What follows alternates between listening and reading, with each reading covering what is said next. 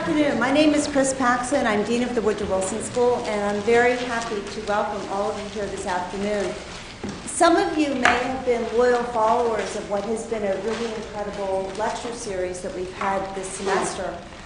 This is the sixth and final event panel that we're having on different aspects of financial market regulation and reform. And I want to introduce the panelists, but I really want to start by thanking the person who has been responsible for organizing this over the semester, and that is John Corzine, who is visiting the school as the John L. Weinberg Goldman Sachs Company visiting professor. He does not need long introduction. I think all of you know that he has served New Jersey as a senator and as a governor. And we are incredibly fortunate to have him visiting here this year, and I just really want to thank him for everything he's done.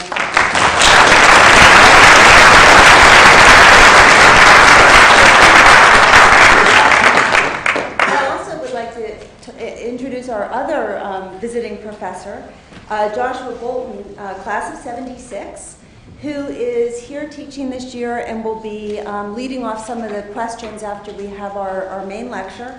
Josh is also a John L. Weinberg Goldman Sachs and Company visiting professor. We have more than one right now because of some overlap.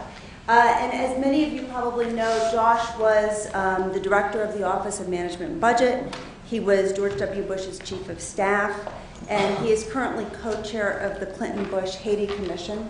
And he's been just a tremendous asset to the Woodrow Wilson School community over the past year and a half, and we're fortunate to have him here. It's been really wonderful. So finally, let me introduce our main speaker, who, again, I'm only going to give him a short introduction because I think people know him very well. Paul Volcker. He is Professor Emeritus of International Economic Policy at Princeton, so we get to claim him as one of our own. We also can claim him as one of our own because he graduated from Princeton. He was in the class of 1949. And in between those things, he did some other kind of important stuff. He was chairman of the Federal Reserve from 1979 to 1987. That, as many of you will recall, was a difficult economic period for the U.S., was sandwiched in the middle of there, and he steered the economy through a very difficult period of stagflation and just has a wealth of experience. He has been very influential in recent policy debates about financial market regulation, and I'd like you to join me in welcoming him so he can give some remarks before we have Q&A. So welcome.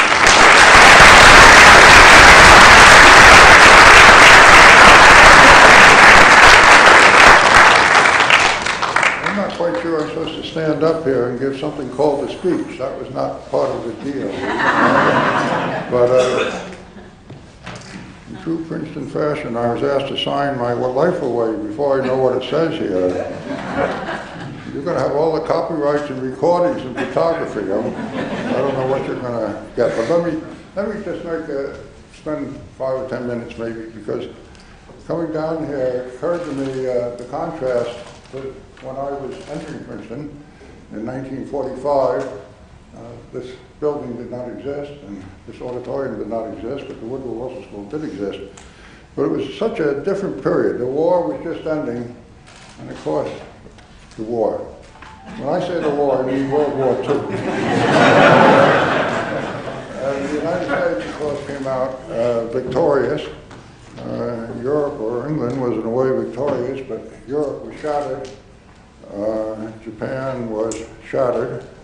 It was a different world in which the United States was clearly dominant and the leader. We had potential political problems and security problems with Russia a few years later. But it was a world in which you came here and either taught at Princeton or came to Princeton, and you thought you were with the world's leading power, or you were going to be part of a world in which the United States was dominant. And let me tell you, that is no longer true. And I've been in some meetings the last few days that have just impressed itself upon me. And a visit to Asia a few weeks ago impressed upon me even more that the United States is not in the position that it was in, not just in 1945, but not in the position it was in when I was chairman of the Federal Reserve in the 1980s, or what the position I was in the country was in 1990. I was at a meeting where they had, I'm not a PowerPoint guy, I was, they had a PowerPoint, but you won't be able to see this, but these nice colored charts show the relative position, economic position of different countries and different continents since 1990. And there was the United States,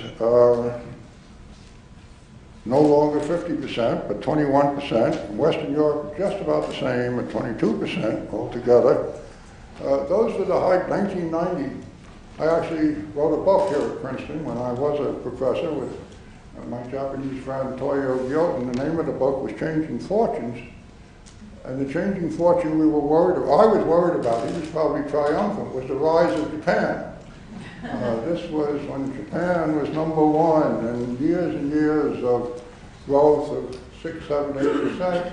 Well, the United States has been through a difficult period, and the economic challenge, if it was a challenge, was from Japan, and Japan then had 9%. Relatively small country, 100 million people, 9% of the world's GDP. Then we come to 2008, just after the crisis. This is in purchasing power parity, I'm sure, but the United States is still 19%. Western Europe has slipped a bit, 17%. Both of those numbers are lower. Japan is only 2/3 relative to where it was. Japan immediately, as soon as we wrote the book about how it was speeding up, it's had a very sluggish 20 years, which is maybe a lesson for the future. But China, which in 1990 was 8%, is now 18%. Not so far from the United States. This is obviously per capita, the income is much lower, fraction of our lives per capita, but when you have 1 billion people, it does add up. And in purchasing power terms, our country is now pretty close to where we are by these figures. But the startling number is a projection ahead to no PowerPoint, but I can turn the page over. Here we are in a projection for 2030, 20 years on. I won't be around. The students will be in midlife, and but you're not going to be in a world in which the United States is just automatically the leader of the world, according to this projection. China, economically, will be twice the size of the United States. India will have come from a fairly small fraction to close to the size of the United States. Now, those two countries together, of course, are 1/3 of the world's population. Japan, which was 9%, back when we wrote that book, squeezed that down to 3%. So it's quite a different world. Europe, according to this projection, less than the United States. Europe's only about 1/3 of the economic weight of China, if you believe these figures. So it is a different world, and it's not only a different world in the size and whatever that indicates about power, but I'm not telling you any news when I tell you it's not only a complicated world, but a difficult world.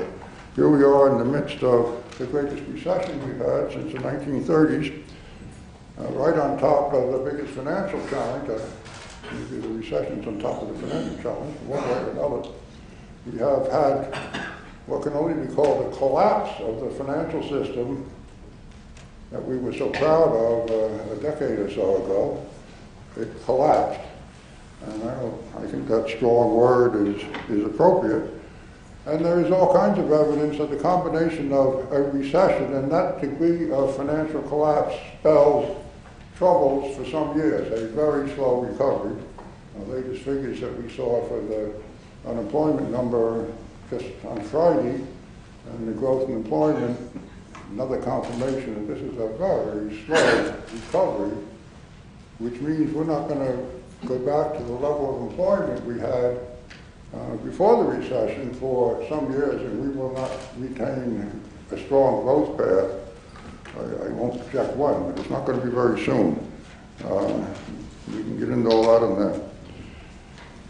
in the later discussion if we want to, but this has been a period,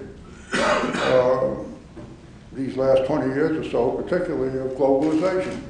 It's not new, but it's increased to a point that we haven't seen for decades and decades at any rate, and particularly a globalization of financial markets. An interesting thing, of course, is we have this wonderful efflorescence of financial markets around the world, and here in the middle of the world's financial system, we had this breakdown of the markets.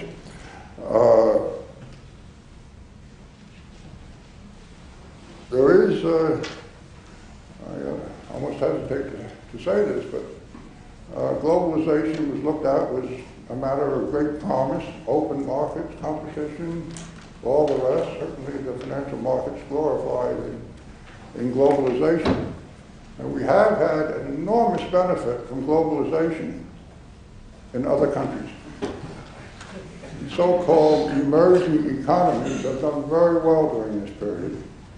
While we have had a sluggish economic recession and a not particularly favorable economic performance earlier in this century, and an economic performance marred, in my view anyway, by the fact that typical household income in real terms has not increased for 10 years or more. Well, we've had an enormous increase in compensation at the top of the income scale. And this isn't a matter of the top 25% doing well and the bottom 25% doing poorly. It's the top 2 or 3% doing well. The top 10%, which includes the top 2 or 3%, has gone up. But it's really a very concentrated phenomenon with 1% or less of the population having gains in income that are just without precedent. So you wonder a little bit about the stability or payoff of this globalization, if it's been very favorable for some countries, not necessarily so favorable by the United States by today's evidence, and certainly not very favorable in terms of the income distribution that's accompanied it. So clearly we have a big imbalance in the world economy. You didn't see any economic analysis, any talk, even as recently as 10 years ago, that the emerging world would be the economic triumph story of this particular decade, of this particular century. It was in the mid-1990s when we had a very bad economic collapse in Asia. Asia financial crisis spread to Latin America, spread to China, to Russia for a while. That was a bad crisis, but it was a kind of typical crisis. The developed world was called upon to assist the emerging world to get out of trouble. And we lent a lot of money, and marshaled official funds and private funds, but that was 15 years ago. What's happening now? Oddly enough, the emerging countries are financing the developed countries. And that is most evident in the case of the United States. We've been consuming, we've been spending, we haven't been investing much. Until the recession, we were saving practically nothing. And those poor Chinese, all a billion of them, or some of them anyway, were indirectly or directly financing the United States. A very strange phenomena that I think is kind of something we have to worry about. It's an imbalanced economy. Not only are we in recession, the whole developed world to some degree is in recession with few exceptions, but it is an unbalanced world, and that needs to be corrected. Now let me just say, and he's not very optimistic, I guess, opening remarks, but we have a future. Well, you all have a future. My future's shorter than yours. But I don't think this world works very well. I come from a particular era, but the United States has been, I think, a constructive, relatively benign leader of the world in opening markets and developing technology and innovation and, broadly speaking, growth, even though in the last decade or so, Other countries have done better at the rate of growth and are rapidly catching up to us. But how do we manage this world economy now? A much more difficult situation. We're not sitting there with 50% of the world, and we still have a military force that looks like it did in relative terms back then, but economically, I'll tell you there's a difference. When you go to an international conference now, it's no longer the United States automatically at the head of the table, kind of suggesting to others what to do and hoping you get some cooperation. Right now, you don't know where the head of the table is. The United States is there, China is there. I tell you, from the experience of a few weeks ago, China isn't just blithely saying, oh, what do you want in the United States? How's your financial system? How do we run our financial system? Should we use your financial system as a model for ours? Not anymore. Is that we think your financial system's got lots of problems. We'll talk to you about that. Look at this meeting in Seoul. I happen to be in Seoul right at the time of the meeting. I won't get very complicated, but the United States would enter that meeting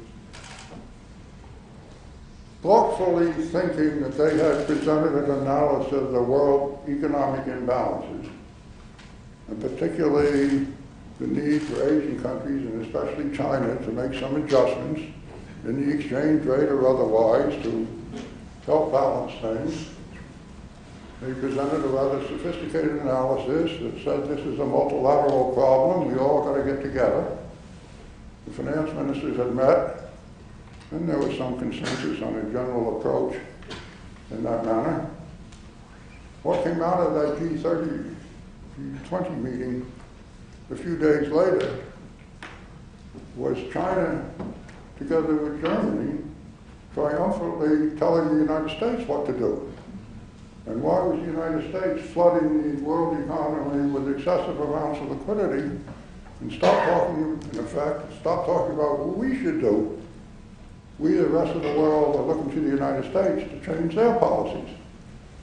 It tells you something about not just the state of the world economy, but the state of the world political situation. And it is going to be a situation that is a lot more challenging, I think, in the sense of getting some coherent leadership to deal with these very severe economic and indeed political problems we have. Now, having said that much, I want to express my faith that it better be the United States that gets its act in order so that it has a little more influence than it has in the moment, because I don't see any other country or group of countries or whatever that are going to kind of take the constructive, I think, relatively benign role that we had in most of the days since I was entering Princeton and the Woodrow Wilson School. I probably talk twice as long as I promised, but I will sit down. You're going to assault me, Josh, or assault the audience or something. Thank you.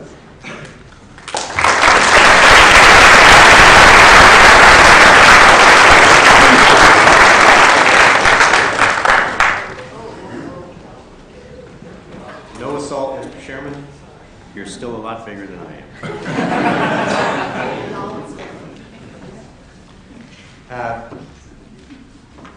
Mr. Chairman, thank you for those, if not uplifting, at least clarifying comments about the state of the United States position in the world. You mentioned your work on Japan when you were here.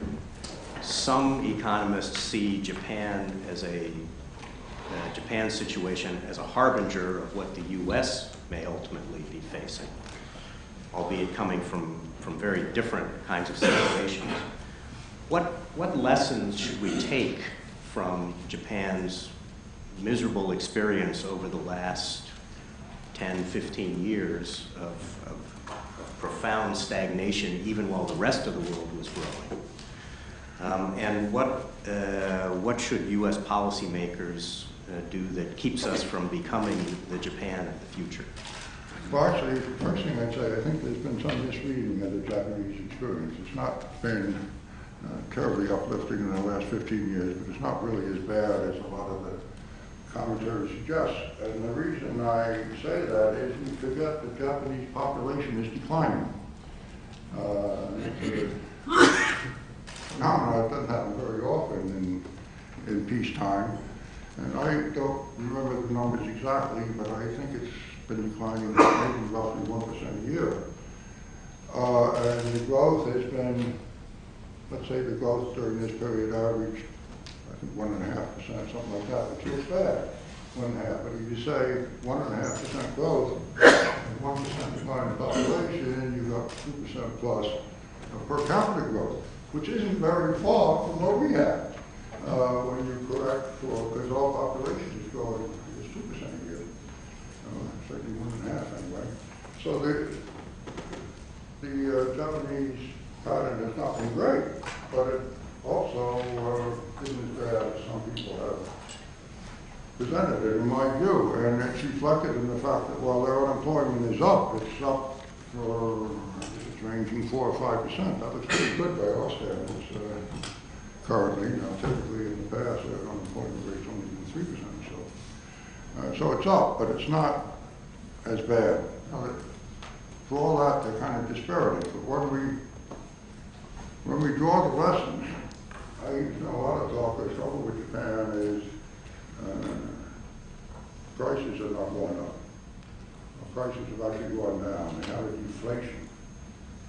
And it's true for most of this period, not all of it, the prices going down.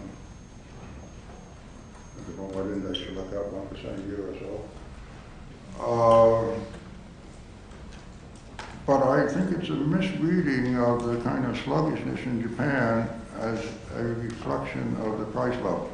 That's not the usual interpretation. Japan and the United States share a similarity. We both had huge global excesses in two markets. The stock market first and the housing market later. Now ours came with a little separation in time. Theirs came at the same time in the late 1980s and early 1990s. They're very similar in a way, but our stock market went down 50, 60%. At the bottom, theirs went down 75 or 80%. Our housing market went down 30%. Their real estate market went down 75%. I say they were very similar shocks, but theirs is even more severe than ours. And they didn't have such a complicated financial system, but these events basically bankrupted their banks. And the banks succeeded because the government, as in our case, protected them and guaranteed their liabilities and in some cases put capital in.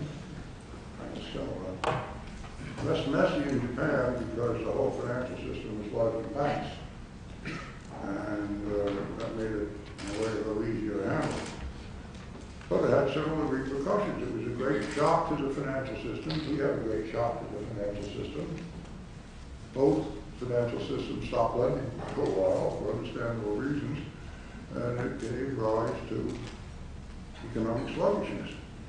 And actually a big recession in the United States, and an overall sluggishness in Japan. But I don't think anything of that had all that much to do with the fact that part of this period the prices were going down every year. This image at the trouble with Japan, the proverbial Mrs. Watanabe was waiting to see prices go down 1% next year, so she didn't buy anything. It's kind of phony. I mean, I don't know how many of you would put off many purchases because you thought the price index might be down 1% next year. Just about the 1%. You're going to go buy it now. So I think there's been something of a misinterpretation, which is not unimportant because I think it's been misinterpreted by the American policymakers. Let me ask then about Japan's bigger and much more important now neighbor, China, where I think you will find that is at the crux of the policy problems that policymakers face, and was at the crux of the Seoul G20 meeting that you mentioned, where everybody, the one thing everybody seems to be able to agree on, both at those meetings and in the academic context, is that we have deep imbalances in the world economy that need to be addressed before the economy is healthy for any of us. Too little consumption in China and too little savings in the United States and the developed world. How big a role does Chinese currency manipulation play in that? I.e., would you be willing to say that China is a currency manipulator, number one? And number two, if cameras are running, right? The cameras. That's why the chairman had to sign that release.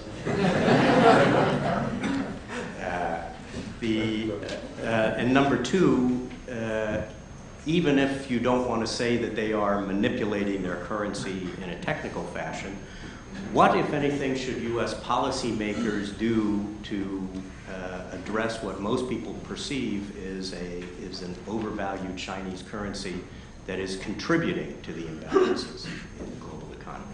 Well, I think this business about whether it's a currency manipulation. Currency manipulation in this context is a politically loaded word, which what we do know is that they are actively maintaining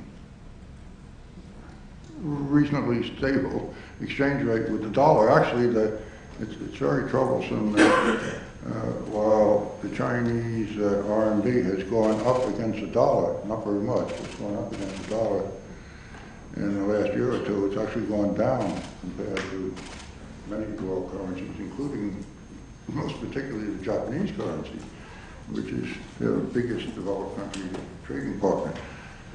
Now, it just so happens I can answer your question because I spent 15 minutes just this morning listening to the explanation from the Chinese point of view from one of the Chinese leaders.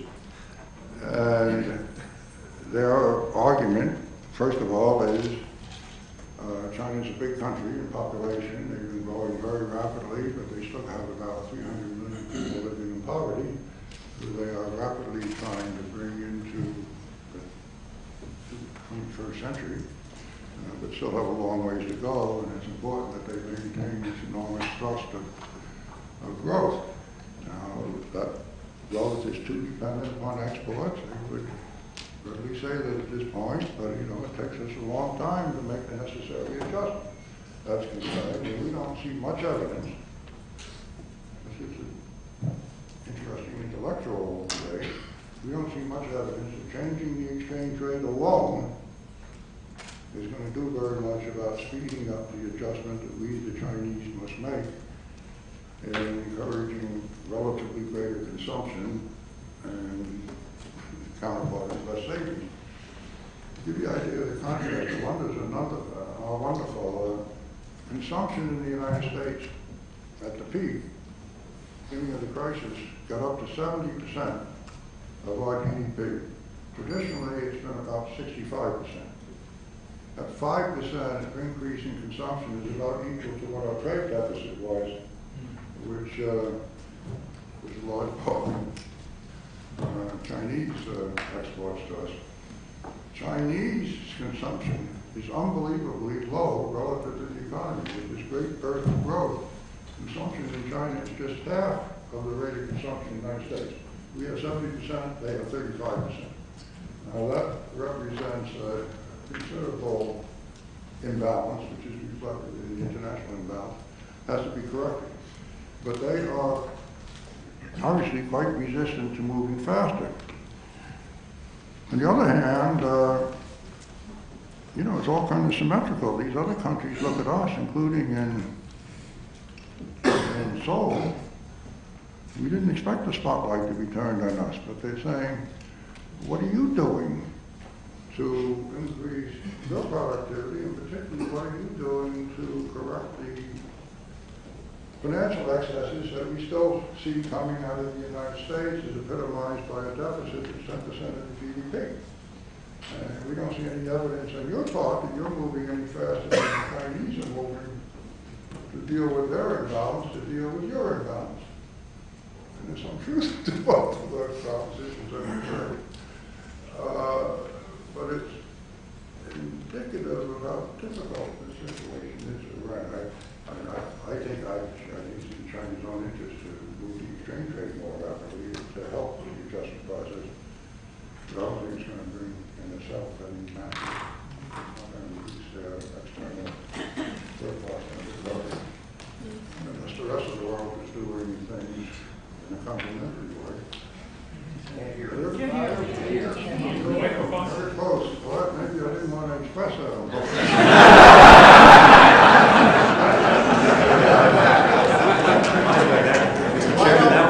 That was an extraordinary insight. A few folks, let's actually start with students, if we might. Woodrow Wilson students, if you would like to pose a question, please come forward. By the way, before it is all over, one of the passions of Chairman Volker's life has been the promotion of public service and work in public service. And I think it's appropriate that someone who has been dedicated to the Woodrow Wilson School of Public Service life is here today. And hopefully these kinds of interchanges will encourage the kind of high-quality young people going into public life, public service, that I think the career of Chairman Volker so eloquently epitomises. Please. Hi, thanks for coming, Chairman Volker. I was wondering if you could talk. I was wondering if you could talk about the financialization of the United States economy, the much greater percentage of corporate profits going to financial companies today, sort of what you view as the causes of that trend and the consequences, whether you think it's going to reverse itself in the wake of the crisis, or whether it will persist and be a permanent feature of our economy. Well, I have to confess in answering that question that it's not a great secret that I have not been a primary admirer of developments in the American financial system in the last decade or so. You are right that at the peak again, profits in a fairly narrowly defined definition of the financial sector got to be 40%. All profits. There's a wider measure of the contribution or lack thereof from the financial system. It's worth looking at. It's a little more complicated. If you look at so-called value added, in terms of value added, presumably meaning what a particular sector has contributed to the total GDP, and it's basically made up of wages and profits. You could say high wages, high profits, high income, that's how value added. I won't recall the exact years, but if you look at that in nominal terms, without any adjustment for prices, in a 15-year period or so, maybe a little longer, the financial contribution to GDP, measured by value added, almost doubled. If you look at it price adjusted, and I don't know how they make the price adjustment, frankly, but it's interesting. If you look at the deflated figures, it didn't increase very much anyway. I think it was 8% or so, and might have gone from 7 to 8%. The other figures went from 6 to 12 or something. But it raises a question of whether the activity and the enormous profitability of the financial market, how much it really contributed to the growth of the economy. Now, we have a few PhD students here, I guess, maybe one or two in economics. I have offered a prize for the first PhD student that can produce a dissertation that convincingly tells me that the expanded financial markets contributed to greater productivity and growth in the American economy during this period. So far, I've had no takers. Takes time for, I know, dissertations to be written and so forth, and it's a difficult question. But I do think we had a little elephantiasis in the financial system. For, I don't know, a variety of reasons. It was a period of enormous innovation. There's absolutely no doubt about that.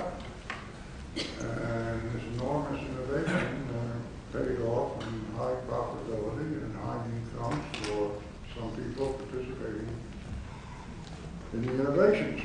But I think the question remains as to how much these innovations really led to a better economy. Now, I know the story that all this innovation was necessary to manage risk more effectively, and we were going to diffuse the risk, and markets were going to be kind of fail-safe.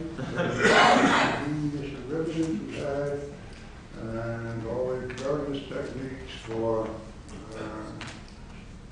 maximizing profits, is what I'm telling my mouth, to protect the economy. But when we got in trouble, we found out that risks weren't so diverse at all. It's not so far separated. A lot of them were pretty concentrated. And the markets got so complex and so interrelated that they kind of fell apart under pressure, which obviously leads to the need for a lot of reform. But, you know, it was a very attractive period. Everybody would say now that bright people in every business school, and I'm sure I wonder how many graduates of the Wood Walton School ended up on Wall Street instead of in public service. I remember a little anecdote thing.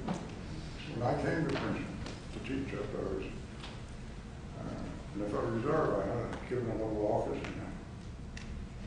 in the building across the street, which I forget for the moment, but somebody did. I had a little office, somebody knocked on the door and said,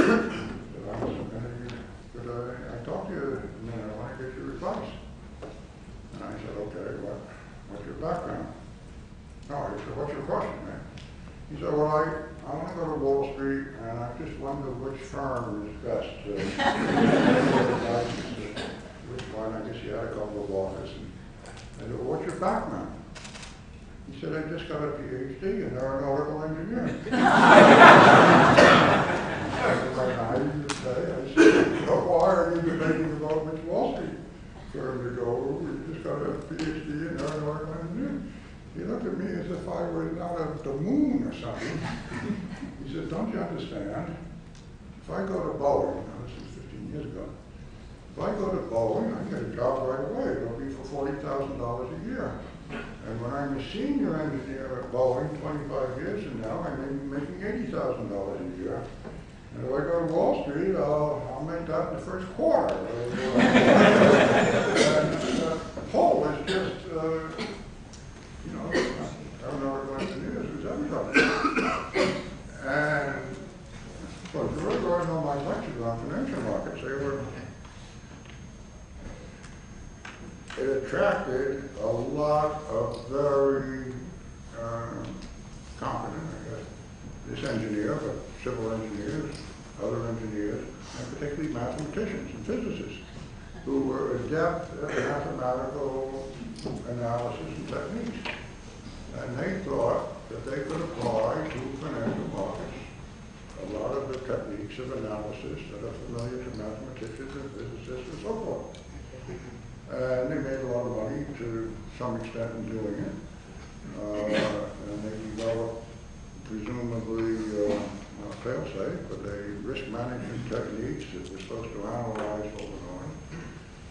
And second allowance for risk and how probable certain events were. And then you increasingly found out as the thing collapsed, you know, all these events were happening that were only supposed to happen every 100 years, or every 50 years, according to the analytic approaches. And I begin to raise some questions about whether the analytic approaches were based upon the right premises. And I think the answer to that is they were not. Because for all their sophistication, they forgot a simple fact, that financial markets are not a physical phenomenon.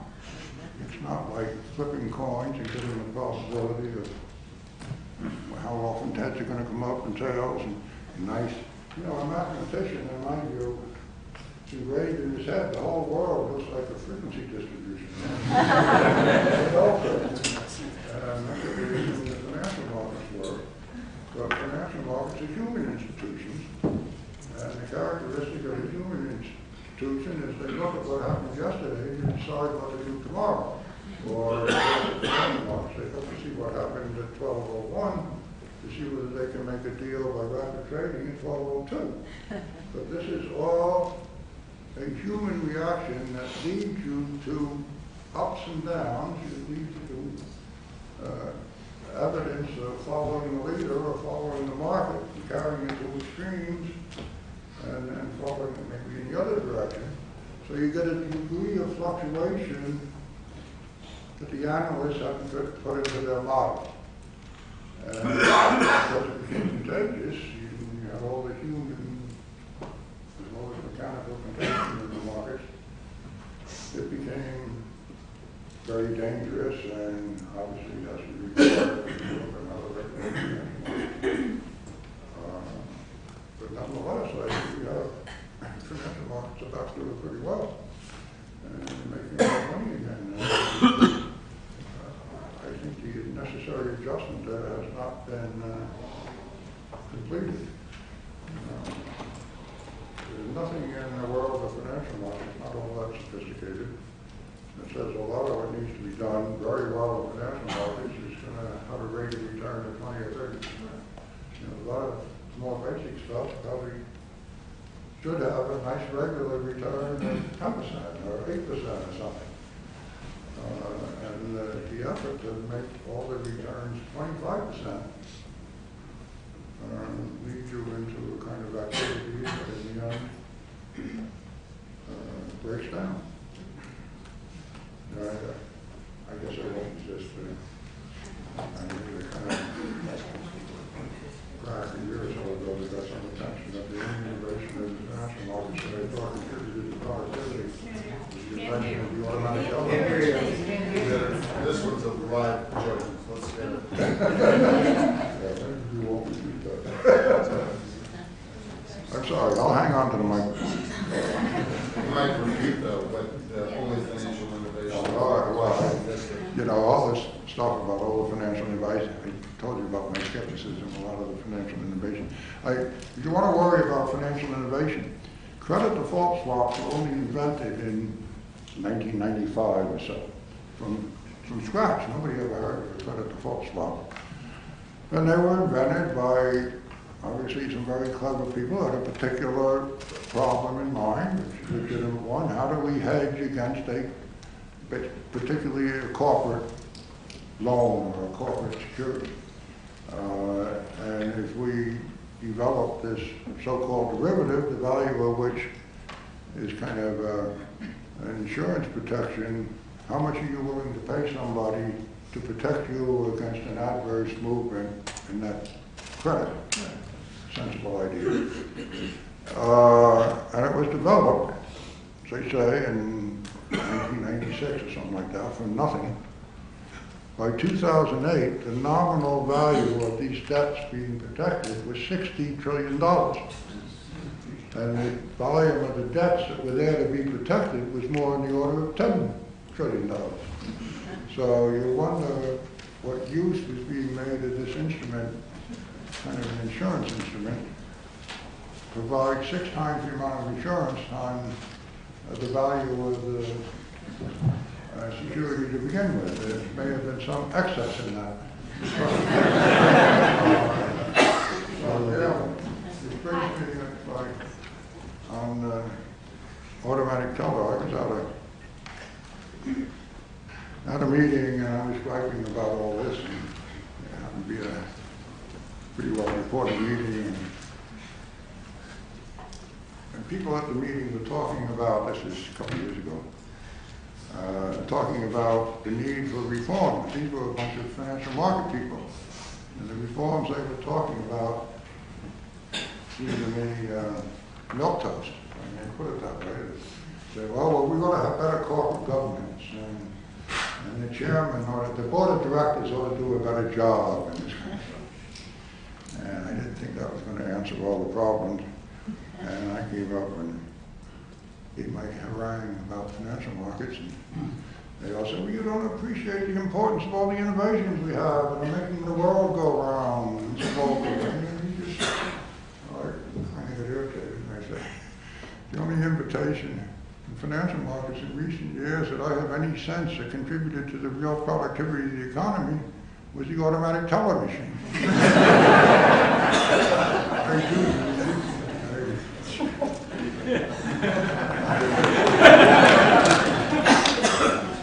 I was just wondering if you could give us your reaction to the Fed's policy of quantitative easing. Well, I know one thing I don't do.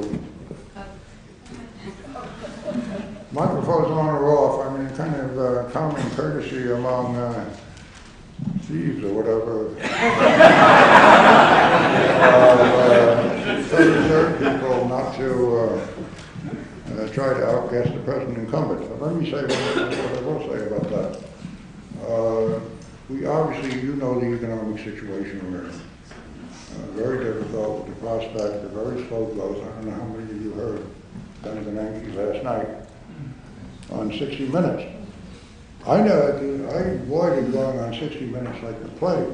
And I was chairman because I know how they can cut you up if they want to cut you up. But he decided to take the chance. He did very well. He was great aplomb, explained what he was doing. And what I will say is, to be consistent with this, you got this QE2. I mean, I am so old, I went on the QE2.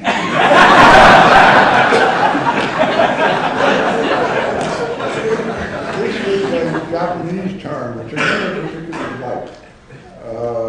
It was meant to convey, we've got interest rates down towards zero, and we're still going to pump up the money supply, and that was called quantitative, I guess, because they couldn't get the interest rates lower. But I didn't object to the policy, I just don't kind of like the term. We've adopted it, obviously, the world has adopted it. And this is done with a lot of anticipation, big headlines, and so forth when it was done. But what it is, in this iteration anyway, they're buying long-term Treasury bonds. And the hope, clearly, is to get the long-term Treasury bond rate as low as they can possibly get it, in the hope that the mortgage rate will then go down, and the mortgages will be a little cheaper and more available, and they're doing what they can to try to speed up the economy. Now, I don't know how effective that will be, because there isn't much leverage left in interest rates. But the idea of the Federal Reserve buying Treasury bonds doesn't bother me, because my particular history anyway, I joined the Federal Reserve Bank in New York when I got out of graduate school. Actually, I got joined when I got out of Woodward School for a while. And in those days, the Federal Reserve bought Treasury bonds as kind of a matter of, not in the volume that they're talking about, but it was part of normal policy. If you wanted to get long-term rates down a little bit, you bought some bonds. If you didn't want to get them down a little bit, you didn't buy the bonds. And it was kind of an ordinary thing. So the idea of buying Treasury bonds is not shocking to me. And it's understandable. I question how effective it will be. But it's been dressed up in this package, and they want to announce it, over a period of time. But I think it all comes, compared to what the Federal Reserve did in the midst of the crisis, where they were taking actions without precedent, way beyond any normal central banking action. This is nothing, in my view. It's a reasonable approach. You can debate back and forth, but it's the amount, again, going back to Seoul, it was unfortunate, I think, in the timing, because the foreigners, and the Chinese most of all, wanted to interpret this as a deliberate effort to push the dollar down, which I do not believe that it was. It didn't work very well. Well, it didn't work very well. It didn't work very well to get the interest rate down either, I must say. But I know enough about how the Federal Reserve operates to know that their concentration is not on manipulating the dollar, it's to try to get the American economy moving. But, you know, when we got into the Chinese, it's partly because Germany is in somewhat the same position as China. China in the world economy, Germany in the European economy, are being accused of being too efficient, too disciplined, too much surplus. So they were feeling under pressure from their European friends. But we were getting more criticism about trying to manipulate the dollar or depress the dollar than they were getting for having an overvalued currency. And it kind of slipped around. Please. I have a question regarding China's currency appreciation issue. I've read an interesting article on Professor. I can't.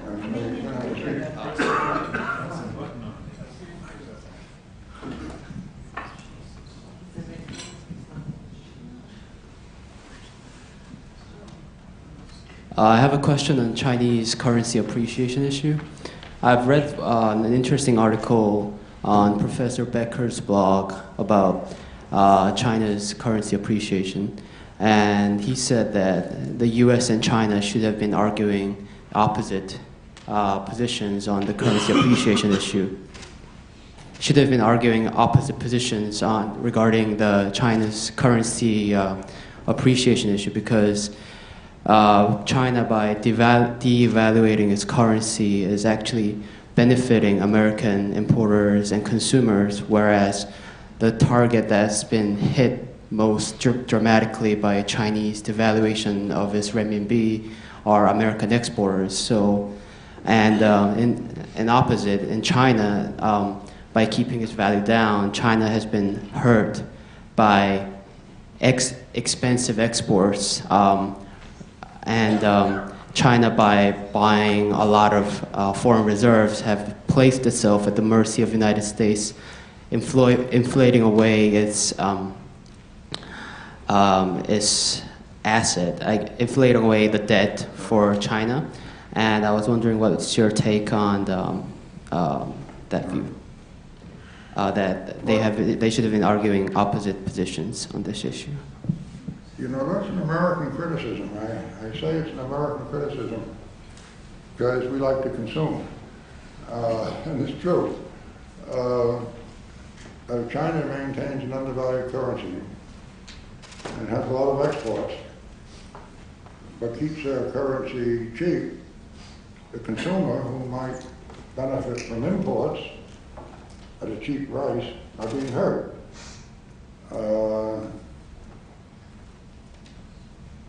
That's true, but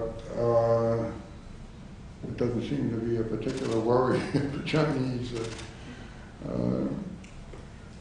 economic managers because they have other priorities in mind. I think an argument we do make and should make is that it is consistent with the Chinese professed objective that over time to bring up their consumption and help their consumers, an appreciation of the RMB would help that. And I'm not sure they would deny it. I don't think they would deny the analysis, but it comes down to all kinds of arguments of how you do it, when you do it, what else you have to do. And just to give you the narrowest kind of technical question when it comes to revaluing the yen, the RMB yuan, a lot of economists would say there is a considerable economic opinion that to really make an impact, they better talk about something like 20% or more. And if you do it gradually, you might make things worse because people will keep expecting that it's going to go higher, so they'll begin speculating more and more. Once they said they will accept some revaluation, it will only encourage the speculators and make their job even more difficult. And I think that is a problem for them. Now they are maintaining controls on investing in China, at least investing in the currency. And we keep talking to get rid of those controls too. And they say, well, you want us to appreciate the RMB, at the same time you want us to get rid of the controls, and we're going to end up in a mess. Because they say I think you have some sympathy that if we did it all in 20%, all in one big jump, it would create, that's enough so it would create real problems for some of their export industries and impair their growth rate and all those 300 million people that they want to get more productively employed. And I think that is a legitimate concern on their part. So this is not an easy question.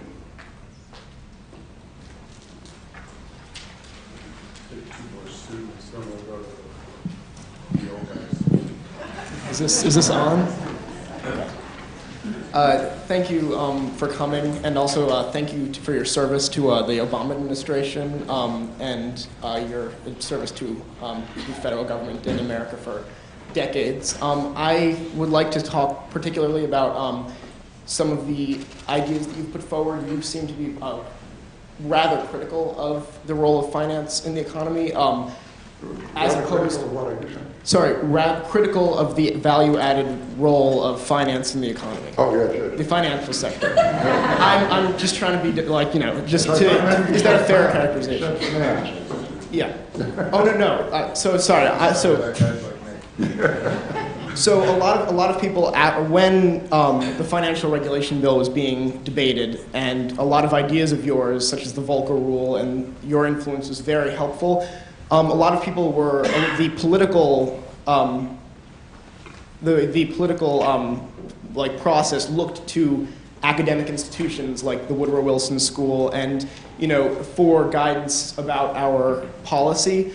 However, others have noted that just as there's a large interchange of people from these investment banks that are being regulated in and out of government, there's also an interchange in and out of academia. You have Frederick Mishkin at the Columbia School of Business that got money from the Icelandic banking Chamber of Commerce in exchange for papers written about their banking sector. On the far more innocuous side, you have regulated you have banks that you have professors investigating the regulation of investment banks, holding professorships sponsored by those investment banks. I say far more innocuous. I don't, mean to offend, but do you see any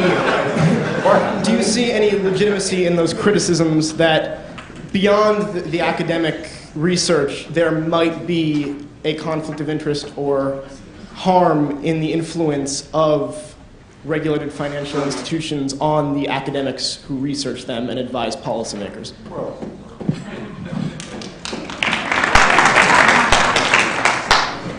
I think, it's always been true. I think, probably due to the complexities, there are lots of conflicts of interest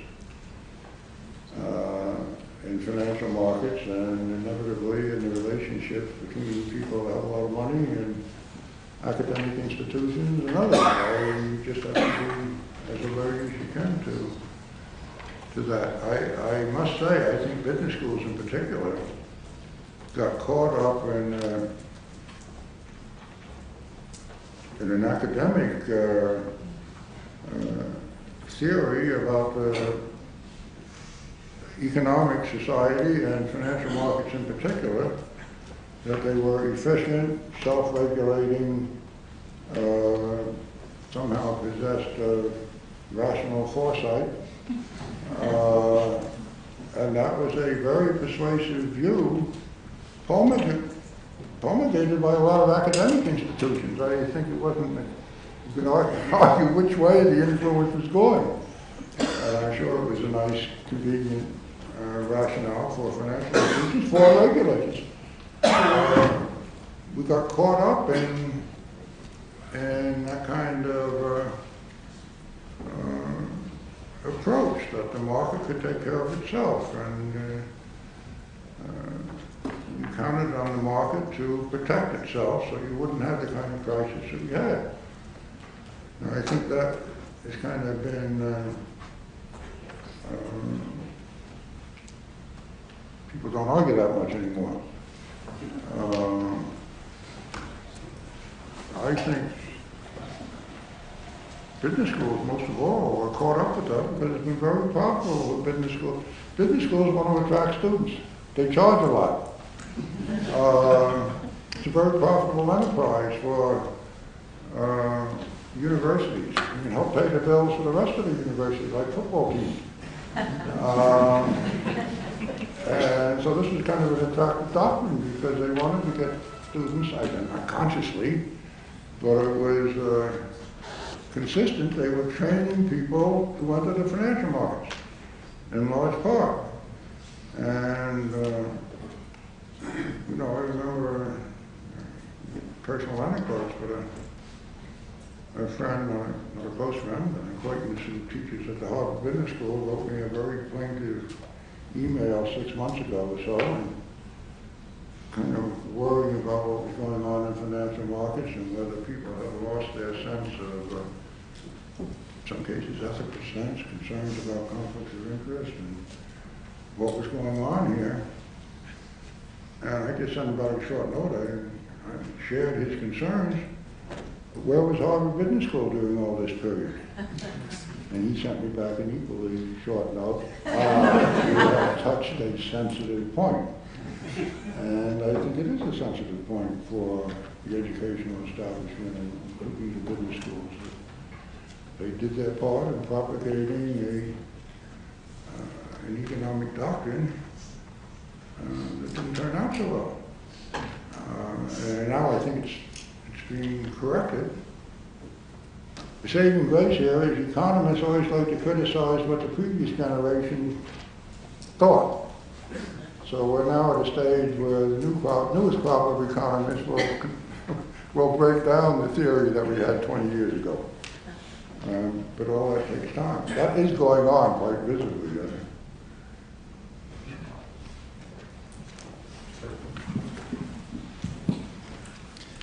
First, I wanted to thank you for coming. I'm a senior and I'm not an econ major, but when I took macro, the way they taught it is they said, Chairman Volcker broke the back of inflation and caused a great recession, and now they admire you for it. But I'm sure at the time it wasn't so popular. I wonder if you could talk about your personal experience during that time, what it was like dealing with the pressure, and then also institutionally and personally how you dealt with it. Well, let me tell you how I guess how you deal with it. Personally, I convinced myself early on, I think rightly, that the United States was headed for economic trouble when I became chairman of the Federal Reserve. That was no great secret. I mean, it was a general feeling that the economy was in real trouble. And in real trouble, most explicitly because the inflation rate was high and accelerating, and the economy was not doing well. The theory that the economy is assisted by a feeling of inflationary expectations may be true in some limited instances, but that story had worn itself out by the end of the 1970s, and people, including me, were pretty well convinced that unless you dealt with the economy, you were going to have an economic breakdown, a recession of some sort. So I don't accept the analysis that the Federal Reserve policy created the recession. Now, obviously, it contributed to the particular timing of the recession and all the rest, but I think we would have had an economic problem whether or not we had had these extremely high interest rates. I will believe that to my dying day, yes. But I happen to think it's true. But we survived that period. I survived the period. The Federal Reserve survived that period, I am convinced, because there was a lot of angst and a lot of pressure in some ways, a lot of complaints and threats and all the rest. But I think I would not have wanted to run a beauty contest in the whole country and have a vote. But there was a kind of common sense core of opinion in my feeling that people recognized something was wrong. They kind of had the sense that the fellow who was trying to deal with it, so they'd give us a certain amount of rope, so to speak, because they thought something pretty painful probably had to be done to correct the problem. It was helped. I had a lot of talk about President Reagan, and I didn't have close relationships with President Reagan, but he did not criticize us, which was, he did not personally criticize us. You know, people did. He didn't, but I think he had this kind of gut feeling that inflation was bad, and rising inflation was even worse.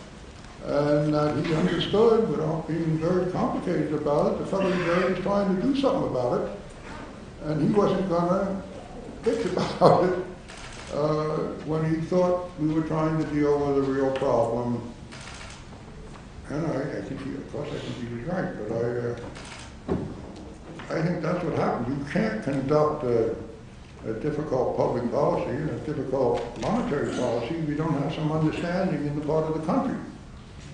And you don't have to have a popularity contest, but if people clearly don't understand what you're doing at all and why you're doing it, you're in big trouble. And I think we had that kind of common sense support.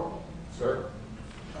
Yes, Chairman Walker, like everybody else. Speak up. Yes, thank you very much again. Like everybody else for coming here. I met you 28 years ago in D.C. as a Princeton student, and you were as candid then as you are now, and I appreciate that. Question.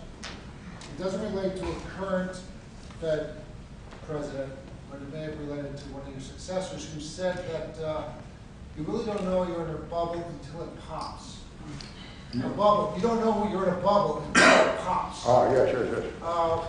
And I was wondering if you could comment on that, whether maybe you might have been able to tell that we were in a bubble. Right. Well, I can. I'm not at one, although I could tell I have a couple of speeches where I was suggesting that you were in trouble before it popped. But, you know, it is a hard thing to, you know, in retrospect, it's very easy. But at the time when things are going well, you know, there's always a plausible explanation as to why it's happening, and don't prick the bubble because you don't know it's a bubble. You know, in our case, it's a wonderful thing to have home ownership and stable for society, and isn't it wonderful that we found techniques to expand home ownership to people who otherwise couldn't afford it. So this is one instance. Well, earlier with the high-tech bubble in the stock market, you know. Well, this is a new world. This is no bubble. This was, you know, Dow Jones at 32,000. You know, you're full of anecdotes in your old age. I was a visiting professor at NYU in the Stern School, the business school, a while ago, which meant I occasionally went to a class, and, you know, taught and so forth. Attempted to teach, but I was in this class, and these were second-year MBA students.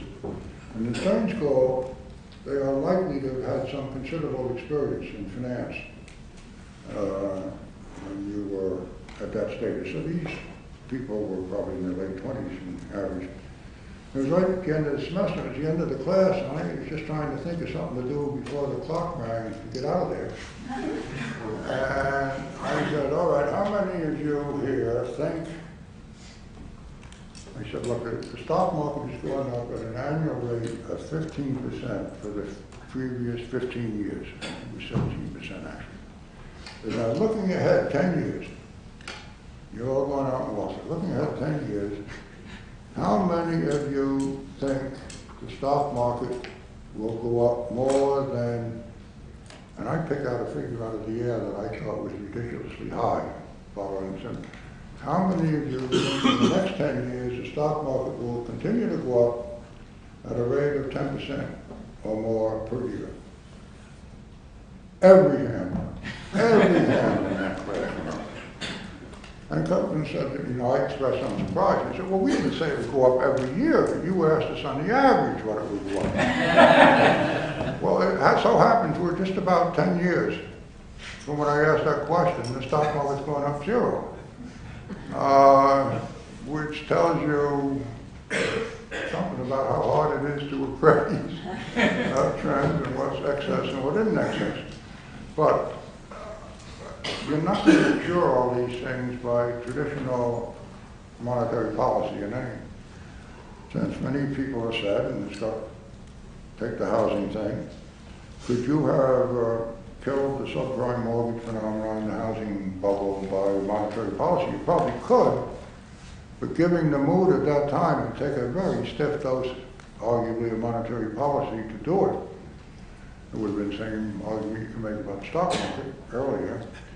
So maybe you need another tool, and I think that's fair, and I think a lot of the discussion of financial reform and regulatory policy accepts now, it's become suddenly common wisdom, that there can be bubbles. They're hard to detect, but you've got to be careful about them, and you ought to be able to use regulatory policy to moderate the tool more directly than you can in combination with monetary policy. But why didn't, in retrospect, somebody go in there and say, this business is 3% down and no checking the credit standing is ridiculous. And if you're a bank, we're going to put you in purgatory if you continue to do that. But nobody did it. But I think that's a lesson that's been learned for the time being anyway. Now, the next bubble will be something we haven't dreamed up yet, I'm sure, and it'll still be difficult to tell, but I think we've learned something about hopefully making it less likely that it gets too bad in the future. More important than most of the talk about reform is how to strengthen the market so that when it happens, you don't have the disaster we had this time.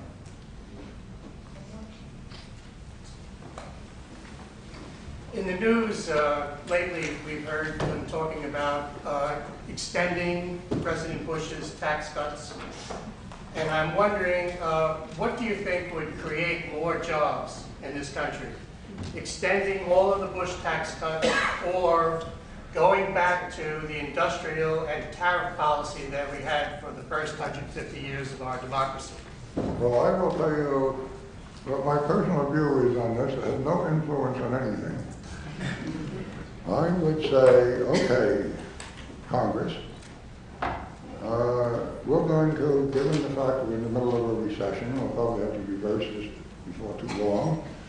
We'll let, well, I think we need much more profound tax reform. But I'll go, given the present situation, middle income people and below, and I don't exactly know what that number is, but the president stuck 250,000. I say they can keep their tax reduction, but these rich guys don't really need it. And I have hard to see the connection between their behavior and change in the tax rate there for the very rich people. And I would take that money just to make it persuasive and say, oh, okay, that's going to cost, if we extend it to the rich people, that's going to cost us X billion dollars. And given the whole problems of the economy, you're willing to spend that X billion dollars. I'd rather take that X billion dollars and do some of the infrastructure that we sorely need in this country.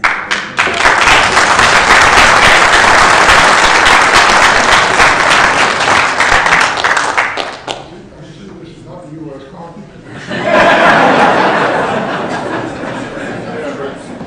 How about up at the top?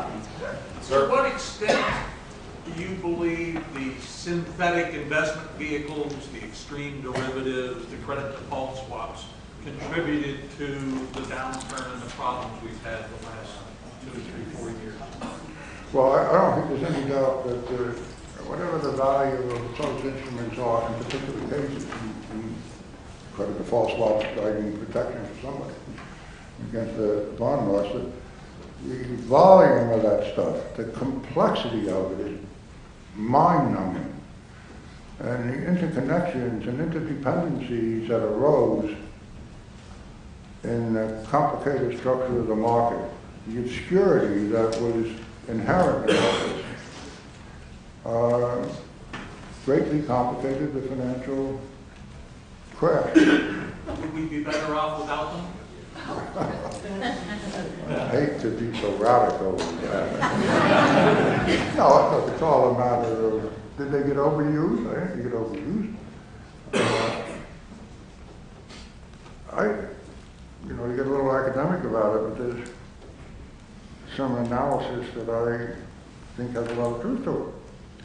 There's a so-called principal agency problem, where the people ultimately making the investments, the people in pension funds and mutual funds or whatever, are doing it through an array of financial intermediaries that are presumably working for the investor, but they have a lot of interest in doing a lot of manipulation that provides a lot of fees in the process. And all those fees mount up, 2% here, 1% there, 0.5% the other place, you get billions of dollars around, makes New York City rich.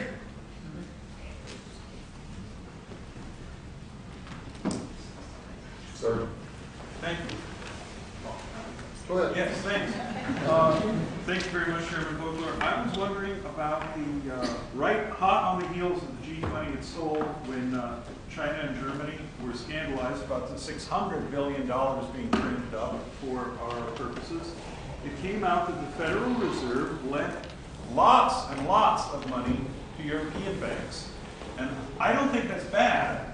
And I just want to ask you in a way, is the Fed kind of like Princeton, no longer just being in service to the nation, but in service to the nations? Plural. Plural. Well, you're describing they lent a lot of money, no question about that. They thought they were saving the world. Clearly, they thought it was necessary to pounce in there with all the army and all the strength that they had, and they did so, and I think it's hard to question that. Now, what you're describing points to some needed reform. The fact that they protected European banks, or not just European banks, these big banks now are very much international creatures. American banks are operating abroad, and the European banks are operating here, and there is no established doctrine, there are no established rules as to whose responsibility it is when one of these big banks goes bad in terms of the operations that it has outside of its home country. In the midst of the crisis, the decision was obviously made, well, it would have been nice for the Bank of England to bail out the Royal Bank of Scotland, but the Bank of England wasn't about to do it, and here it is on our doorstep, or whatever the bank was, so we better do it. I understand that. And it was, and because those are institutions that incorporated in the United States. But one of the unresolved, totally unresolved problems of the financial reform is precisely sorting out this question. Who is responsible for what when you have complicated international institutions? Now, another aspect is all this question about moral hazard and bailing out people and calling upon the taxpayer to rescue big institutions that have been making a lot of money. Big central problem of financial reform. And here,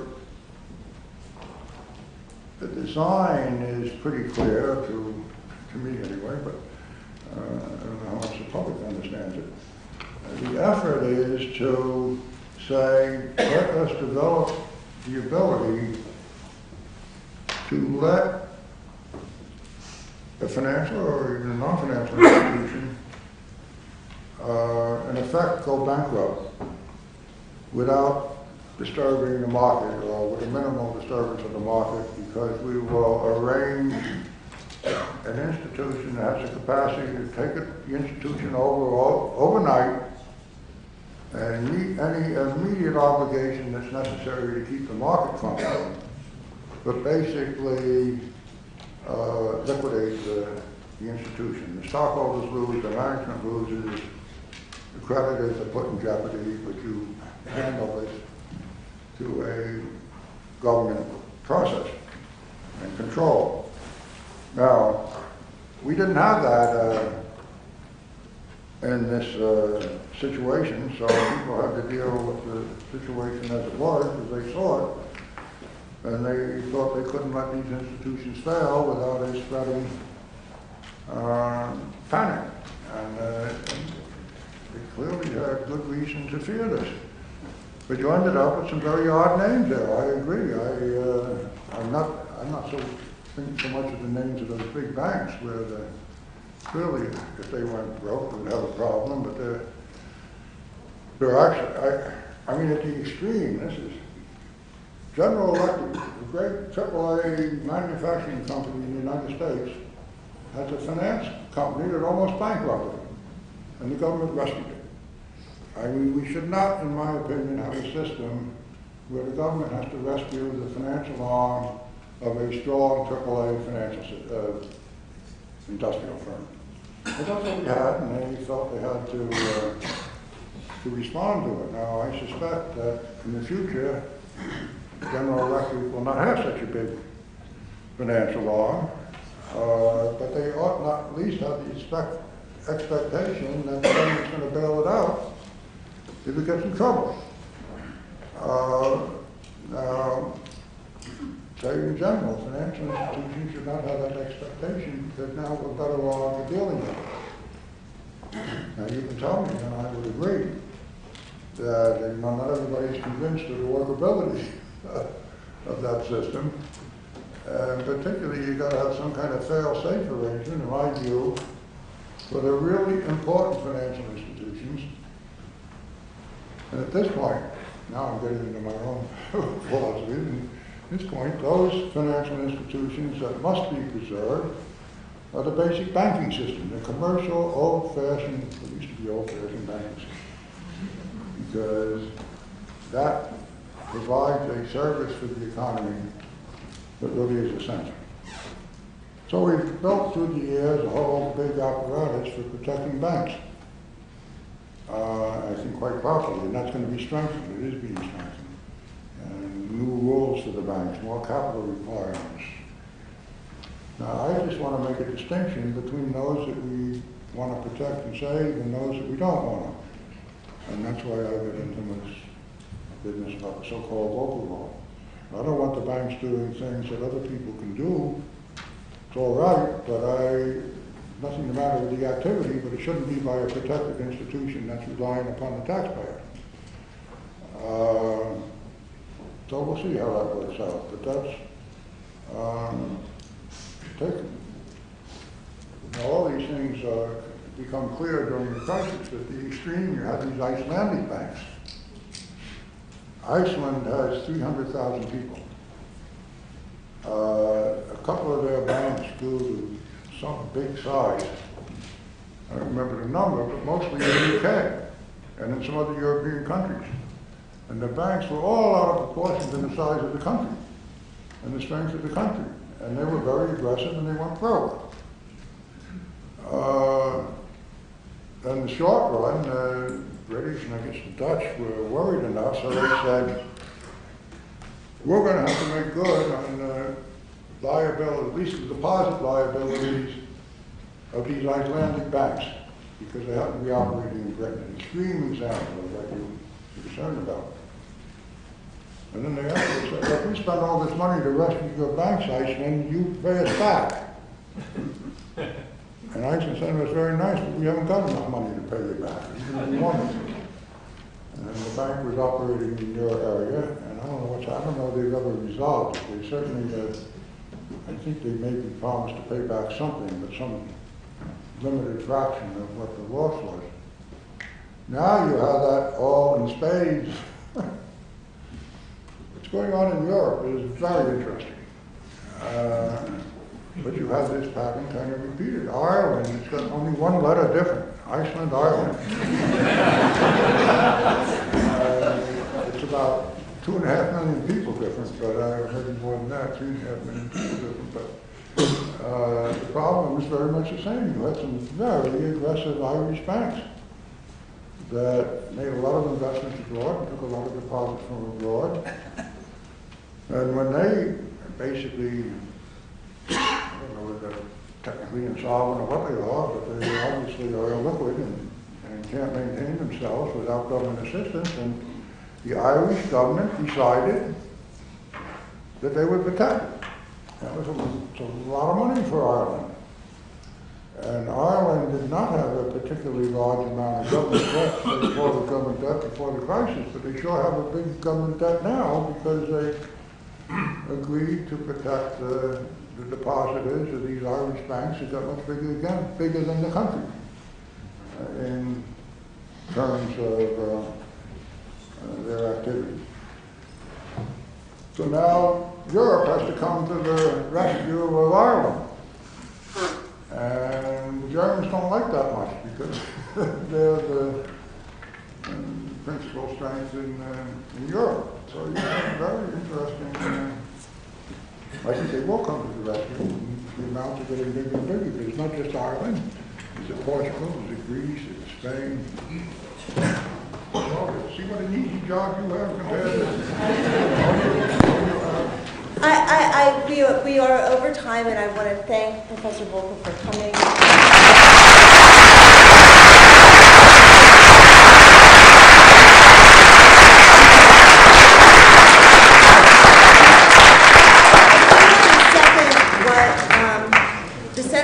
Governor said about thanking him for his support of public service, which is something that's very important to the school. Yeah, I know. We didn't get into that. Good. And then finally also thank Governor Corzine for his support of this lecture series, and thanks to all of you for coming.